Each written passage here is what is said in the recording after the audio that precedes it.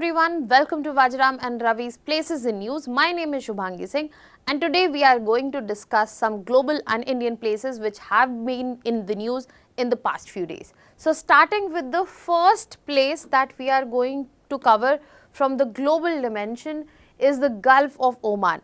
So the Gulf of Oman has been in news because Iran has seized an oil tanker in Gulf of Oman and there were Indians also present on board. Now when we talk about Gulf of Oman, the location is of strategic significance here, and this has been caught up because after the war between Israel, Hamas, Iran and US, this strategic confrontation, and this has increased the naval deployments in that region. Deployments by US, UK and even India for the Indian Ocean region and its protection has been there. And this particular incident is going to increase the concerns about the energy supply stability and freedom of navigation, especially in international waters. So if we talk about the location of Gulf of Oman, as I said, it is of great significance. It is located very close to Strait of Hormuz, which is a strategic choke point which has been known to be used now and then as a leverage by Iran. So if you see just south of Iran, you will find Gulf of Oman. So it basically is part of Indian Ocean only, but northwestern Indian Ocean, and it lies between Iran and you have in south Oman and also United Arab Emirates. So it is a maritime gateway that you get after coming out of Strait of Hormuz, or if you want to enter the Strait of Hormuz, you have to go through Gulf of Oman. So this gives a direct connectivity between Arabian Sea and the Persian Gulf, and all ships entering or exiting Persian Gulf needs to pass through Strait of Hormuz and then via Gulf of Oman. Now moving to the significance of this particular place, when we are talking about Gulf of Oman, you have to understand 20% of global crude oil trade passes via Hormuz, Strait of Hormuz and Gulf of Oman area, and any disruptions here can easily affect the energy security supply across the globe and increase shipping insurance premiums and create inflationary pressures on oil importing countries, especially like ours. And geopolitically, that is why it remains significant, especially in this context when Iran has seized an oil tanker, where it shows strategic signaling that the proximity to Gulf of Oman will be used by Iran, and it is also giving a clear hint towards that how they will operate after sanctions, especially this is a reaction towards US. In this particular context, US and allies are trying to bring in rule-based maritime order, which you can understand by multiple naval bases that US holds, not just in Persian Gulf but around Gulf of Oman as well, and allowing for the freedom of navigation operability as well. So that is why very quick deployment was seen by US as well as UK and then India as well.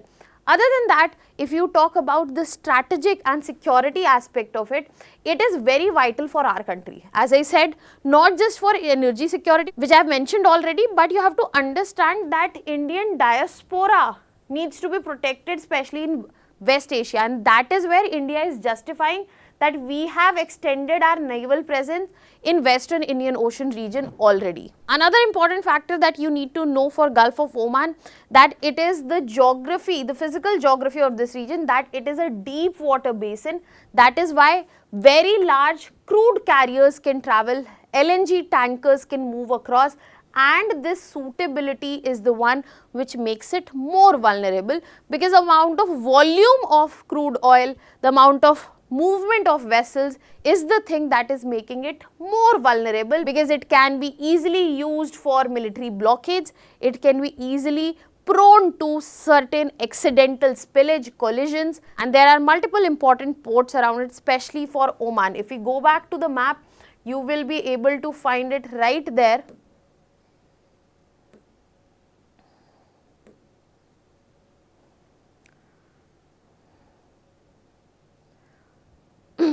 Such as Sohar, Saham and Suwak Other than that, UAE also has an important fort, that is Fujairah. So all of these are certain important forts located on the coast of Gulf of Oman itself. On this note, we will be moving to the next place that is in news, that is Preah Vihear Temple. When we are talking about Preah Vihear Temple, it is basically in news because of the renewed armed clashes between Thailand and Cambodia, and this has been the epicenter of clashes, issues, disputes over the claim on this very temple. And that is why UN and the global community, including India, they are concerned over the damage that could be caused to this World Heritage Site, the civilian displacement that might take place because of the armed clashes, and there are multiple questions that have been raised about the protection of this cultural heritage over the ongoing conflicts. Now, if we talk about the location, you can clearly see here, this is the boundary between Thailand and Cambodia, and the first mark that you see here just on the boundary is the location of Preah Vihear Temple.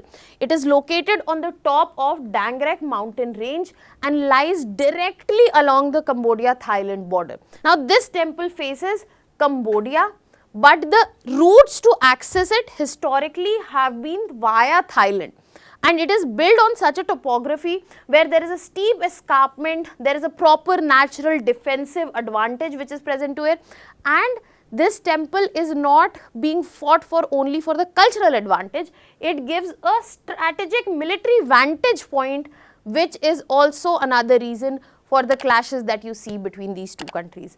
Now, when we are talking about this temple, this is a UNESCO World Heritage Site. This temple was constructed somewhere between 11th to 12th century CE, dedicated to Lord Shiva, a symbol of Khmer civilization that is known to existed during the Angkor period, and that is why the protection of such a heritage and culture and architecture is important, not just for the global community but also for both of these countries. So, if we talk about the claims in this particular regard, International Court of Justice has given the ruling in 1962 only and awarded it to Cambodia, but that has not been accepted by Thailand and it has been disputed ever since. Now, when we talk about the significance of this particular temple, this is important from the architecture point of view because this is an exceptional example of Hindu Khmer architecture, and this shows irreplaceable culture and also the archaeological value. Geopolitically, we know it is a friction point because this is not just a territorial symbol but a nationalist rallying point which is used in internal politics as well. But at the same time, this is the one which tests one of the strongest regional blocks, that is ASEAN, its ability to manage the conflict and the diplomatic credibility it carries for the own regional powers which exist in ASEAN. And it also has an economic aspect associated with it. Such disputes, clashes, targeting each other by country harms the tourism, and furthermore the local livelihoods and also the cross-border trade is heavily impacted. Now, on this note, we will be moving to the next global location that we are going to cover today, that is Sea of Japan. So, when we are talking about Sea of Japan, that is also known as East Sea, which is again a conflict. There is a conflict, that what it should be called. This has been in news because Japan has held a joint military drill with US in the Sea of Japan. Now, this comes in an important time when the tensions are again rising between especially China and Japan, and a military drill with US is a strategic symbol. If we talk about the location of Sea of Japan, you will find that it is a marginal sea which is present in East Asia, and it is bounded by Japan in the east. You have Japan here, then you have North and South Korea in the west, and in the north there is Russia. There are certain straits, that is Korea Strait bringing it in, and then we have Tata Strait and we have Lee Proposed Strait as well. If we talk about this particular sea, it is a semi-enclosed sea and it is connected to Pacific Ocean via Tsushima and Tsugaru states, that we get the connectivity here. And furthermore, when we are talking about the significance, and it is known for the rich fishing grounds which are present with major ports such as Busan, Vladivostok for Russia and Niigata. And this particular Sea of Japan is also responsible for snowfall that we get to see on Japan's western coast, because the cold current is passing through here. Can you tell me in the comment section which particular cold current we are talking about in this region?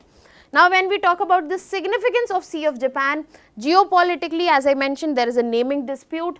Japanese have an imperial legacy, but it is also related to Koreans through their nationalistic identity, and that is why it directly impacts the international narratives and soft power. The fight is between the Sea of Japan and East Sea as the names. Furthermore, this very sea serves as a strategic symbol as well, because frequent naval exercises and missile tests take place. This was the reason that this has been news, and this high militarization that we get to see in the sea in Japan is the reason that we get to see the escalation risk, especially be it for Japan, be it for China, Korea, etc. In terms of economic terms, we have to understand that how important fishing grounds support coastal economies directly, and because of the disputes that remain here, be it of the Coral Island, if you will see, we will go back to the map to see the Coral Islands. See, you see the Coral Islands here. This is another disputed area. So, because of the dispute here, the exclusive economic zones which are also defined, the disputes for them also run all across the region. Now, on this note, we will be moving towards the Indian places in news, starting with the first one, that is the new Ramsar sites that have been added. So, 2 new Ramsar sites have been added in India. Chhattisgarh has got its first Ramsar site, that is Kopra Reservoir, and then we have the other one in Rajasthan, that is Siliserh Lake.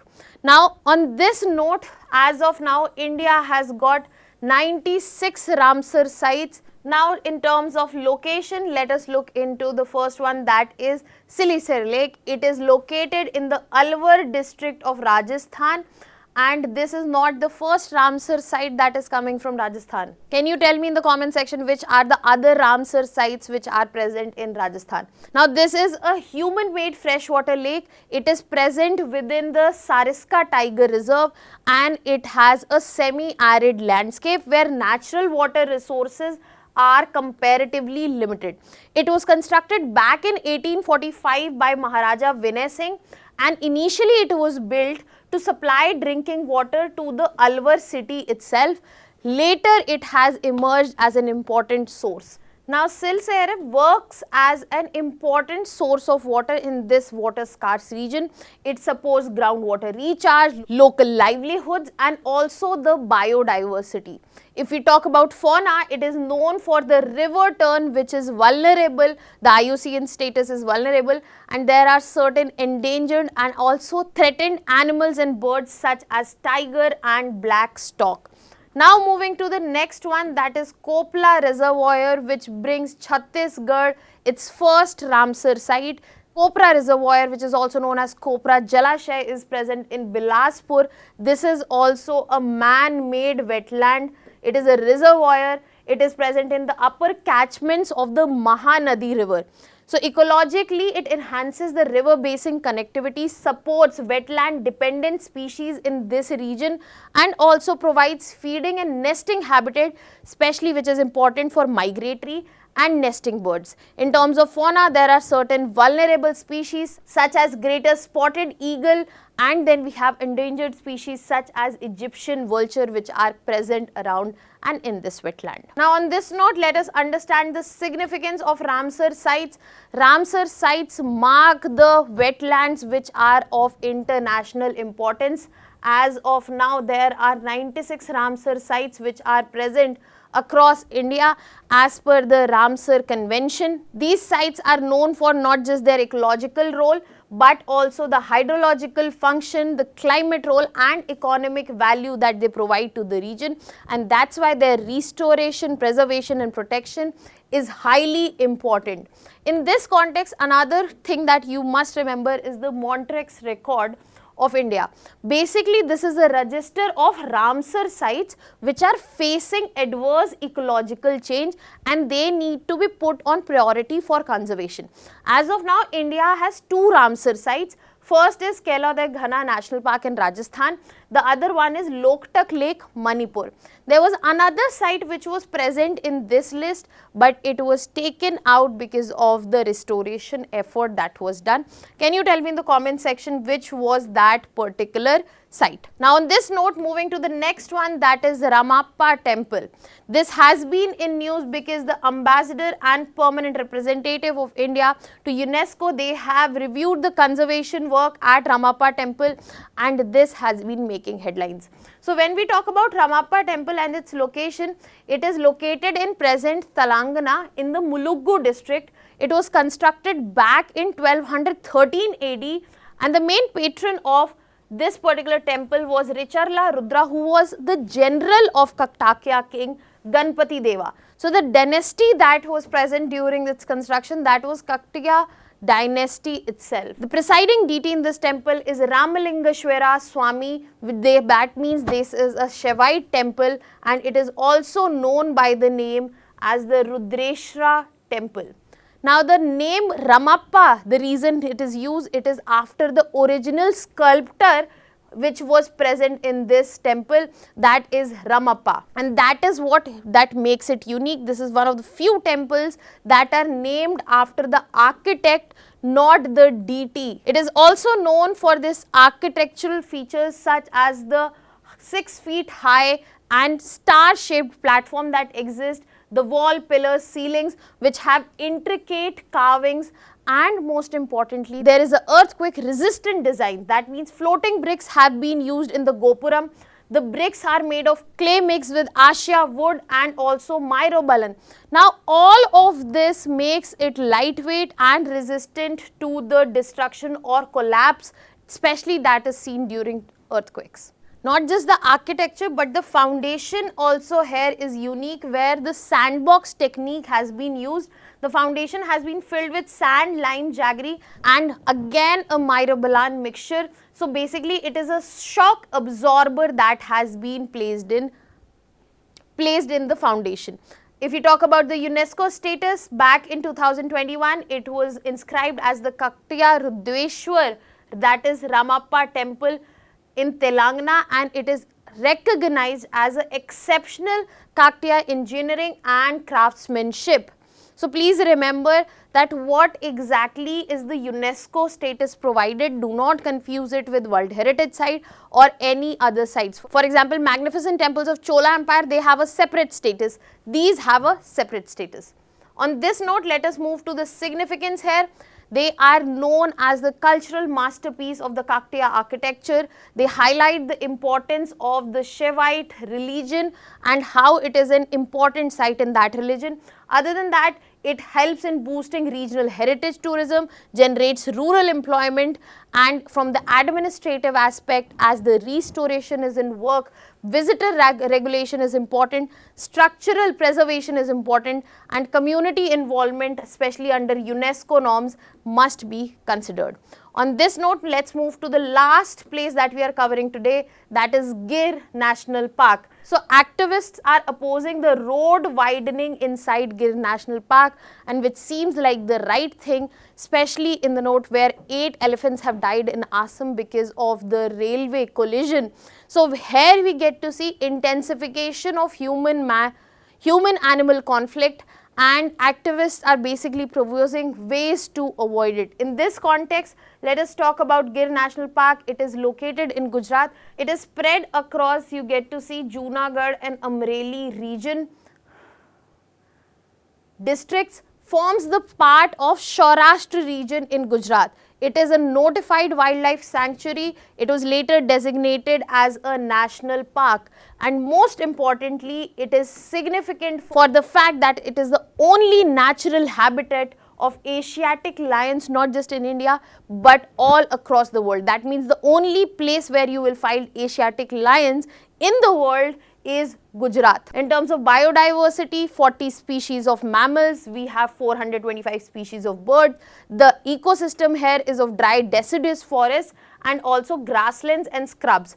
And in terms of flora, you will also find wide variety of trees like jamun, karanj, umro, vad, etc.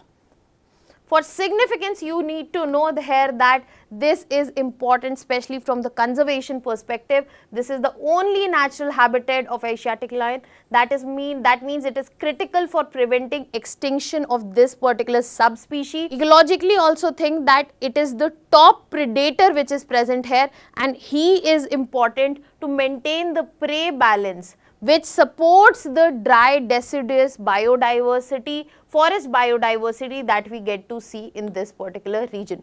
Historically, it is also important because it is one of the earliest conservation efforts that we have seen from our country. Its protection was initiated after hunting-led population collapse, and economically it contributes hugely in terms of tourism, generates not just revenue but also rural employment in these very districts. From the perspective of policy, this always remains a center in the concerns related to lion translocation so as to ensure the population increases, but there are multiple debates around it, so there has been no finality to it, and there have been also concerns of disease risk and genetic bottleneck that have been present. Now that was all from my side. Thank you so much.